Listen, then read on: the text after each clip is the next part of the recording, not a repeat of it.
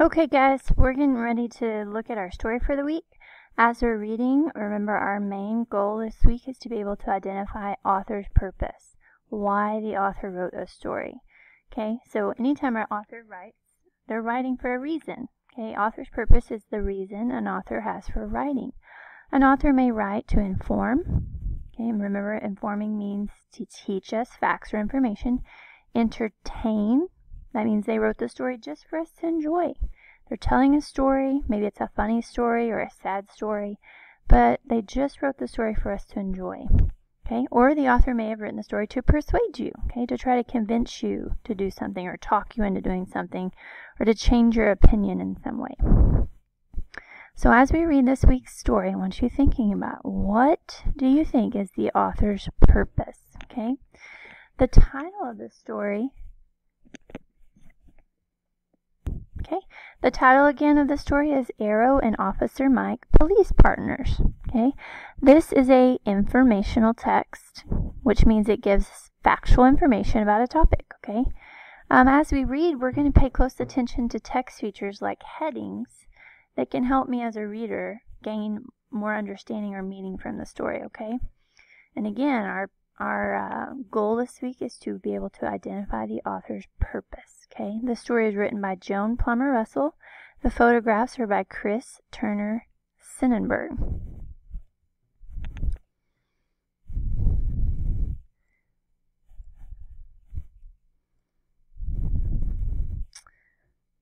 Okay, it's very early in the morning. Everyone in the house is still asleep. A large black and tan German Shepherd is lying on the floor by Officer Mike's bed. The alarm rings. Officer Mike reaches down to pet his dog, Arrow.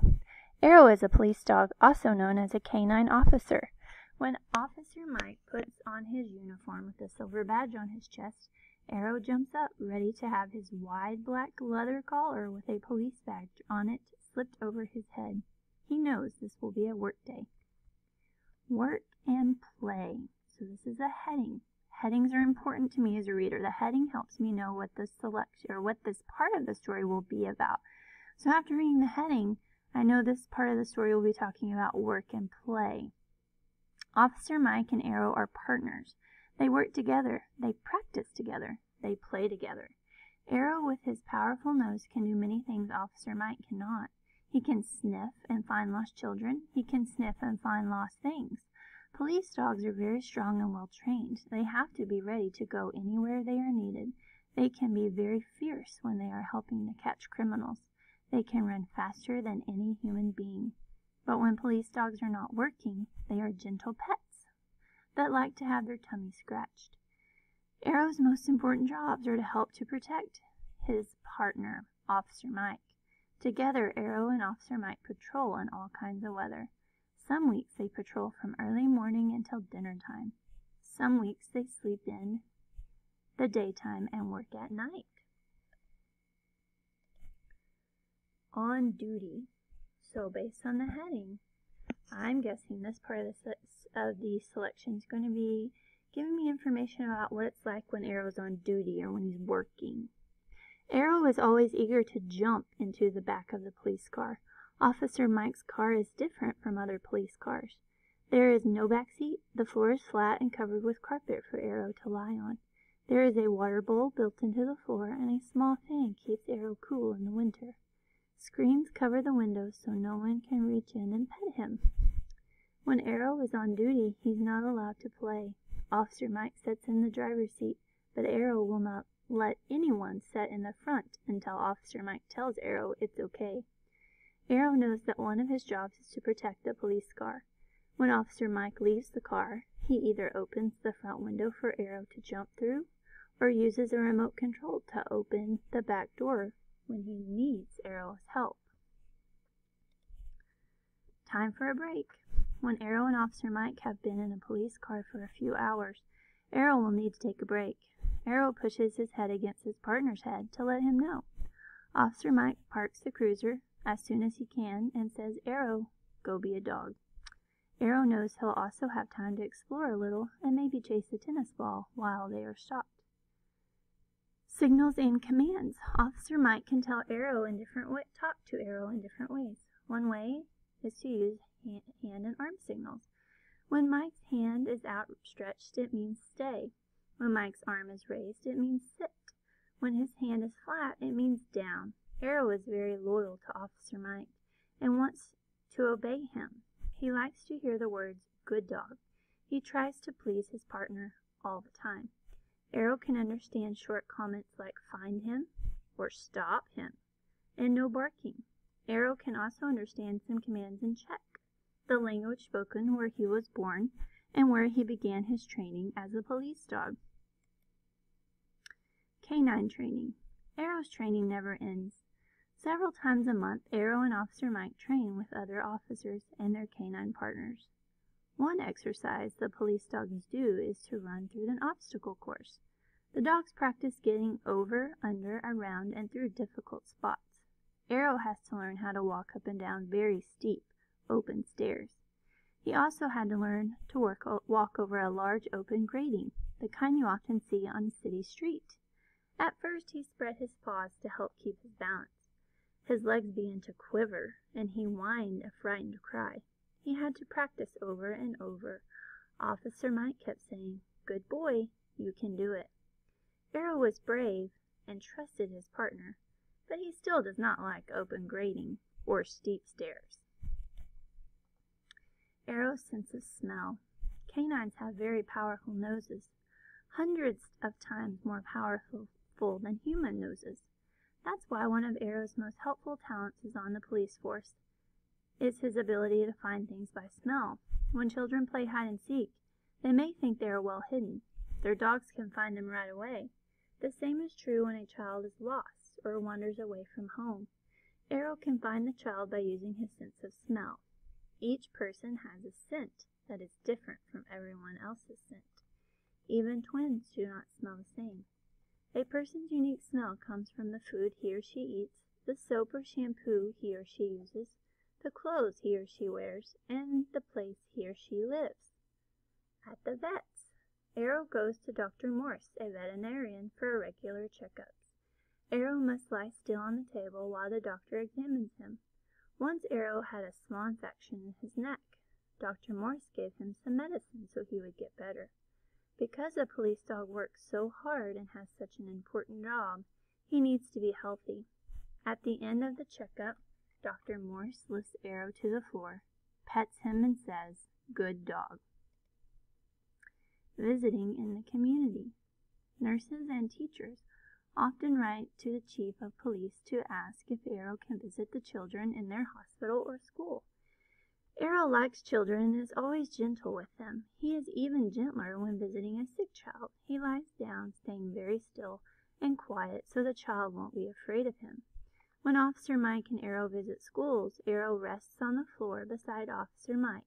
Together, they demonstrate the different commands Arrow will obey. The children ask many questions. Why is there a police badge on Arrow's collar? How high can Arrow jump? How fast can Arrow run? Officer Mike carefully answers the questions. Arrow's badge shows everyone that he is a working police dog. He can jump over an 8-foot wall. When he is chasing a criminal, he can run very fast, about 40 miles an hour. Even faster, even the fastest person can only run about 24 miles an hour. Petting Arrow. Children often want to pet Arrow. Officer Mike tells them the rules. Never try to pet a strange dog until you ask permission from the owner. Never come up behind Arrow. He might get frightened and snap at you. Never ever hug a canine around the neck. Walk up to a police dog slowly from the front so he can see you. Let him sniff your hand, pet his head and ears gently, and talk to him softly. Back at the station, at the end of a 12-hour work shift, there is always a final job to be done at the police station. After talking with his friends on the force, Officer Mike sits down and writes a report for the police chief about the whole day or night. Arrow lies down by Officer Mike's chair. After the report is written, Officer Mike and Arrow go home together. When Officer Mike goes to bed, Arrow will plop down on the floor near the bed. He lays his head on his paws and with a sigh goes to sleep near his best friend. Neither of them knows what surprises tomorrow's patrol will bring, but they are well prepared, and they both love being police officers. So now that we've read our story for the week, let's ask ourselves those questions. Because remember, our author's purpose could be as easy as pie. Why did the author write the story? Did he write it to persuade, to inform, or entertain? Let's ask ourselves these questions. Did the author try to make me laugh in the story? Was he trying to tell me a story just for my enjoyment? Was it funny? Did it make me laugh? Was it sad? Was it scary? If so, the author's purpose was to entertain. Now, when we think about Arrow and Officer Mike, I don't really feel like the author was writing the story just for my entertainment. He wasn't really trying to tell a story with characters and a plot. Okay, there wasn't a lot of humor. I didn't laugh a lot in the story. Okay, so I'm thinking this author's purpose was probably not to entertain. Okay, did the author try to change my opinion?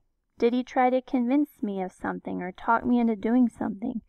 If so, the author's purpose was to persuade. Now, when I think about Officer Mike and Arrow, I do not think the author was trying to persuade. He wasn't trying to change my opinion or convince me of anything. So he was not trying to persuade me. What about inform? Did the author give me facts? Yes. As we read Officer Mike and Arrow, we learned lots of facts and information about police dogs like Arrow and what their daily work is like and how they're trained. We learned a lot of facts about police dogs. Did the author try to teach me something? Yes, he tried to teach us about the job of a police dog, how they're trained, what it's like when they're on duty, okay, how they interact with the community and help in the community, okay. So yes, we did learn. The author did teach me something in the story. So I'm going to conclude the author's purpose for Arrow and Officer Mike was to inform. I learned facts and information. The author was trying to teach us something about police dogs. So you guys need to think back through the story. Actually, get your textbooks out. The story is found on page 460. Okay, and I want you to go back through your story. And as you read through the story, when you find a piece of text evidence that supports our conclusion that the author wrote the story to inform, to teach us facts and information, I want you to plug it in these boxes of your graphic organizer. Okay? Everything you're writing down in these boxes should be details from the story that support the author's purpose for writing Arrow and Officer Mike. The author's purpose was to inform. The author's, writing in a complete sentence, purpose was to inform the audience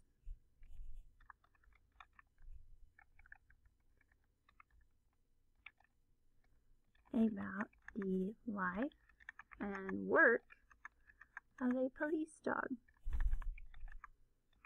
Okay, that's what we think the author's purpose for. That was his reason for writing the story. But you need to find clues from the text that support this. What clues can you find that prove the author wrote this story to inform? So you should be writing down facts and information we learned about the life and work of a police dog in these boxes. When you're finished, we will go over our answers together when your teacher is finished with reading groups.